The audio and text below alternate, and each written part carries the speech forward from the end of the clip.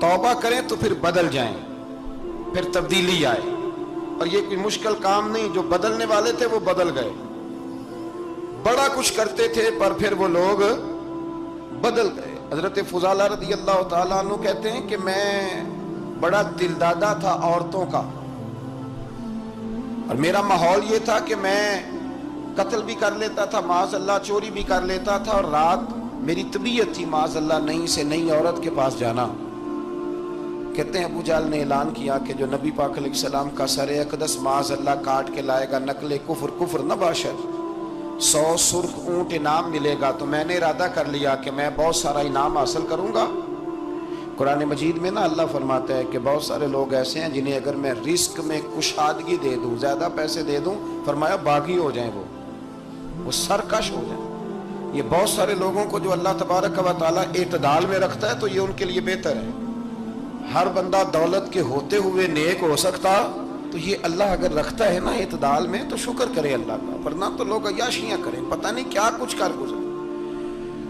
तो हजरत फुजाला कहते हैं कि मैंने खंजर तैयार किया और मैंने बगल में उसको छुपाया, ऊपर मैंने चादर ओढ़ ली। अब मुझे पता था ज़ोहर की नमाज के बाद नबी पाक सल्लल्लाहु अलैहि वसल्लम तवाफ़े काबा के लिए, बैतुल्लाह शरीफ के तवाफ़ के लिए जाते हैं। कहते मैं भी उस तरफ बढ़ा। रस्ते में ना वो खातून जिसके घर मैंने रात आना था, मैंने दरवाजे पे दस्तक दी। मैंने कहा कि तैयार रहना, तैयार रहना, आज मैं बड़े पैसे लेके आऊंगा। उसे मैंने ये कहा और फिर मैं चला गया बैतुल्लाह शरीफ का तवाफ करने। कहते हैं अल्लाह के महबूब भी तवाफ कर रहे थे तो मैंने भी तवाफ शुरू कर दिया।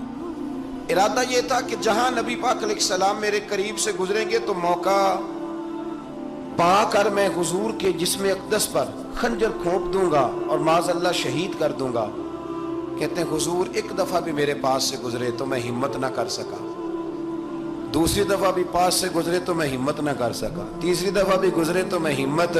नबी करीम सल्लल्लाहु अलैहि वसल्लम 2-3 दफा गुजरे तो फरमाते हैं कि मुझे मौका ना मिला, इसलिए कि हुजूर फरमाते हैं अल्लाह ने रोब के साथ मेरी मदद फरमाई, दुश्मन पर मेरा रोब तारी हो जाता है।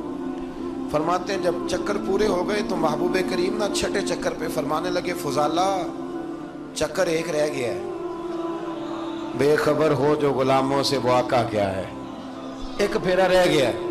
कहते तवाफ मुकम्मल हो गया तो महबूब मेरे करीब आए, फरमाया वो काम करते क्यों नहीं जिसके लिए आए थे। मैंने अर्ज की या रसूलल्लाह कौन सा काम, कैसा काम? अंदर तो चोर था ना, बांझ फकीरों किसे नहीं मारिया, ए हुई चोर अंदर दा, अंदर चोर था ना। कहते हैं हुजूर ने मुझे कंधे से पकड़ के हिलाया, फरमाया करते क्यों नहीं।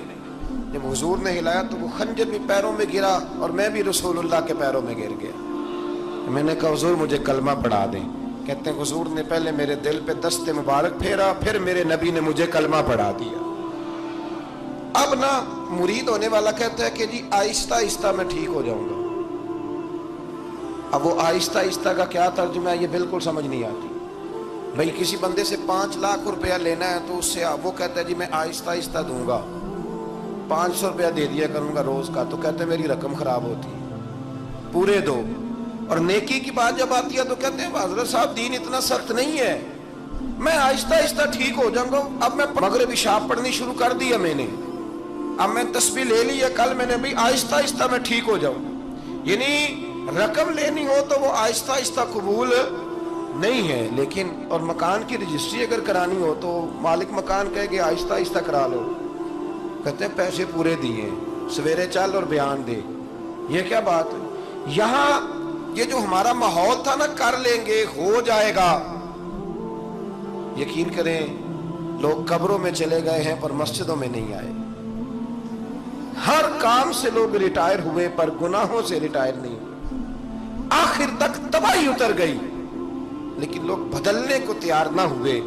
हजरत फुजाला कहते हैं अभी मैंने कलमा पढ़ा, अभी मैं वापस आया, रास्ते में वो बीबी खड़ी थी। कहते मैं वो शख्स था कि औरतें मरती थी मेरे ऊपर और किसी की जुर्रत थी कि वो आए बाएं शाएं करे, लेकिन फरमाते हैं मैं बीबी के पास से गुजर गया।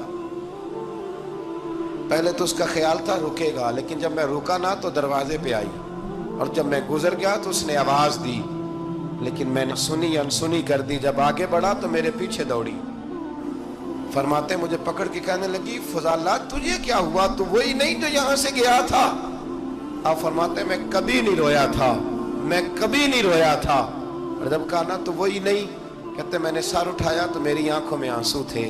میں نے کہا میں جو گیا تھا وہ نہیں ہوں، اب تو میں محمد عربی کا غلام بن گیا، اب میں وہ نہیں ہوں۔ اب نہیں ہو سکتا کہ کوئی میری نظر میلی ہو جائے، یہ کیسے ممکن؟ اب نا اسلام کی تعریف ہم نے یہ کی ہے کہ خبردار کوئی ہمارے قریب نہ آئے، ہم کسی کو بات نہیں کرنے دیتے کہ ہم مسلمان ہیں، ہم بات نہیں کرنے دیتے۔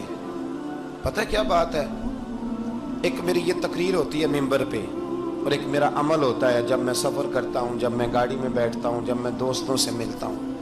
جب ان دونوں باتوں میں تضاد آتا ہے نا، تضاد، تو لوگ تقریر کو جذبات نہیں کہتے، ایک فن بن جاتی ہے تقریر۔ آپ کو پتہ ہے نا وائزین نعت خواں کہتے ہیں میں نے محفل لوٹ لی، پھر لوگ شمار کرتے ہیں کتنے لوگوں نے سبحان اللہ کہی، پھر لوگ شمار کرتے ہیں کہ آج 5 بندے روئے بھی تھے جب میں تقریر کر رہا تھا۔ تو پھر یہ فن ہے، یہ جذبات کا اظہار۔ سمجھ لیں بات کو کہ عمل جب آپ نہیں نہ کرتے عمل، تو آپ خود بڑے بے چین رہتے ہیں کہ یار یہ میں کیا کر رہا ہوں، یہ کون سا گورکھ دھندا ہے کہ میرا عمل صفر ہوتا جا رہا ہے۔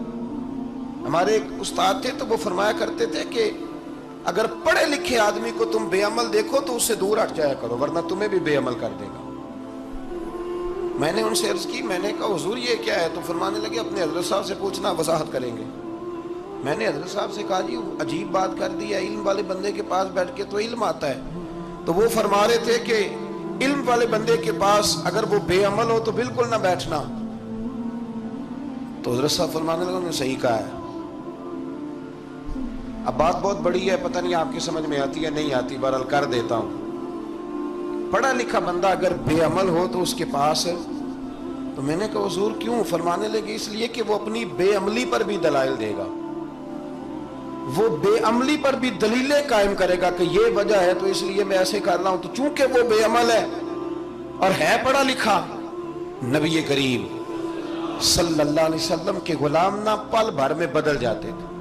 اور اللہ تعالیٰ بھی نا بڑے موقع دیتا ہے ہمیں، بڑے موقع۔ حضور نے فرمایا جس نے ایمان اور احتساب کی نیت سے روزے رکھے وہ نئی زندگی کا آغاز کرے، اس لیے کہ اللہ نے اس کے پچھلے سارے گناہ معاف فرما دیے۔ میرے نبی کریم علیہ السلام نے فرمایا جو شخص بیمار ہو گیا، مریض ہو گیا، اور نسائی شریف میں فرمایا کہ 3 دن تک بستر پہ رہا اور اس نے شکوہ نہ کیا اللہ کا، اور جب وہ شفا یاب ہو کے بستر سے اٹھا ہے نا، تو اب اللہ نے اس کے پچھلے سارے گناہ معاف فرما دیے۔ اور فرمایا جو حج کرنے گیا، حج کر کے واپس آیا، اللہ کے حبیب فرماتے ہیں یوں سمجھے کہ میں آج ہی ماں کے پیٹ سے پیدا ہوا۔